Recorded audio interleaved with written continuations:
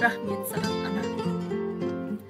Мені тастап кетпегенің үшін, жетім бала етпегенің үшін, тектілігіңді жоғалтпай, темекіде шекпегенің үшін. Рахмет саған, ана, жаман жолға түспегенің үшін, адал еңбек істегенің үшін, баланды ойлап болашақ арақ сыра ішпегенің үшін. Рахмет саған, ана, әркімді бір сүймегенің үшін, әркімге бір тимегенің үшін, ұрпағын үшін үнемдеп қымбат киім кимегенің үшін. Рахмет саған, ана, маған бәрін әпергенің үшін, мінезімді көтергенің үшін, 12 мүшемді сау қылып, дүниеге әкелгенің үшін. Рахмет саған, ана.